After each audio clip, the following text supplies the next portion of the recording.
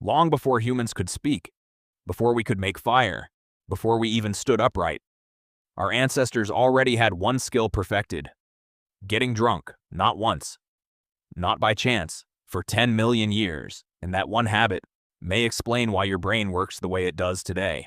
10 million years ago, a forest floor somewhere in Africa. Fruit drops from the trees. It sits in the heat. Wild yeast floating in the air lands on the sugar. Fermentation begins. Within days, that fruit contains alcohol. Not much, maybe 1 to 4%. But our tree-dwelling ancestors ate it anyway.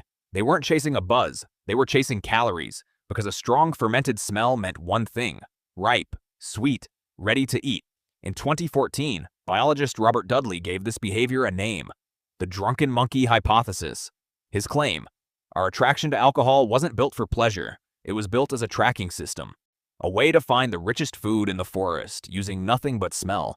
But there's a problem with eating fermented fruit constantly. Alcohol is toxic in large amounts. So evolution did something remarkable. Around the same 10 million year mark, a single mutation altered an enzyme called ADH4. Before the mutation, our ancestors processed alcohol slowly. After it, 40 times faster. This wasn't random timing. It lines up almost exactly with when our ancestors left the trees and started living on the forest floor, where fallen fruit rotted constantly. The ones who could break down alcohol fast thrived. The ones who couldn't, didn't. So before tools, before fire, before language, natural selection had already decided humans would be built to drink. For over a century, archaeologists agreed on one thing: farming came first. Beer came later. Humans supposedly grew wheat to bake bread, and only stumbled onto beer by accident afterward. Then, in 2018, a team excavating Raqefet Cave in Israel found something that didn't fit the timeline: stone mortars buried in a 13,000-year-old Natufian burial site. Natufians were hunter-gatherers. They had not yet invented farming. But residue analysis on those mortars revealed starch granules, consistent with malted, fermented grain. In plain terms, they were brewing beer. Thousands of years before anyone planted a crop on purpose. This flips the old theory on its head. Some archaeologists now argue humans didn't farm grain to eat. They farmed grain to keep the beer coming. It has a name now: the beer before bread hypothesis. If it holds up, then alcohol isn't something civilization produced as a side effect. Alcohol might be one of the reasons humans settled down and started farming at all. Which means the drink in your hand tonight might be older than agriculture itself. Here's a question worth sitting with.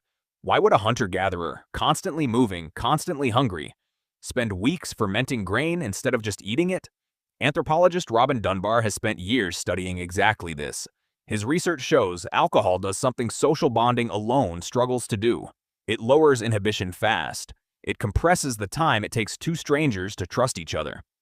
In small tribal societies, trust wasn't emotional, it was tactical.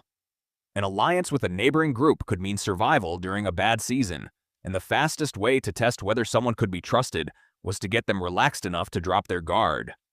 At Godin Tepe, in modern-day Iran, archaeologists uncovered pottery jars, dating back 5,400 years, coated in beerstone residue, the same crystalline buildup found in modern brewing vats.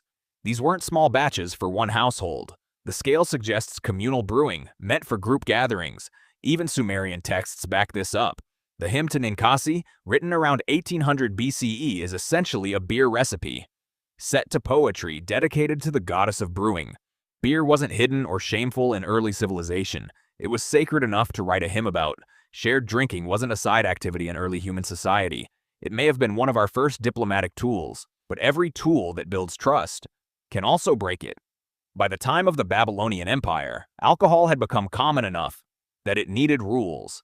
The Code of Hammurabi, carved around 1754 BCE, includes some of the earliest known regulations on alcohol.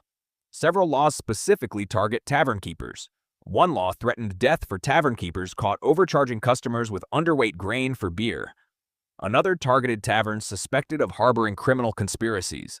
Think about what that tells us. Alcohol had already created a problem serious enough for one of the first legal codes in human history to address it directly.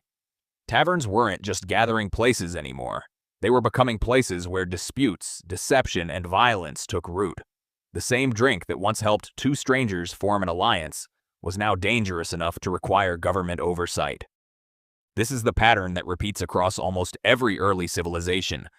Alcohol builds the bridge. Then, in excess, alcohol burns it down. Here's the part that should genuinely unsettle you. If Dudley's theory is right, your craving for alcohol isn't a modern flaw. It's a 10-million-year-old survival system, still running in your brain. Long after the forest it was built for disappeared. Back then, that craving kept you alive. It pointed you toward food in a world with no supermarkets. Today, that exact same wiring fires. When you smell a drink at a party, a bar, a dinner table, your brain isn't malfunctioning. It's doing exactly what it evolved to do. The environment changed. The instinct didn't get the memo. This is likely part of why addiction is so difficult to fight with willpower alone. You're not just resisting a habit, you're overriding a survival instinct older than the human species itself. We left the forest millions of years ago. We built cities, laws, and written language. We even built legal codes to control the very thing our ancestors evolved to crave. But strip all of that away, and one instinct is still sitting quietly underneath it all, unchanged. So here's the question worth asking.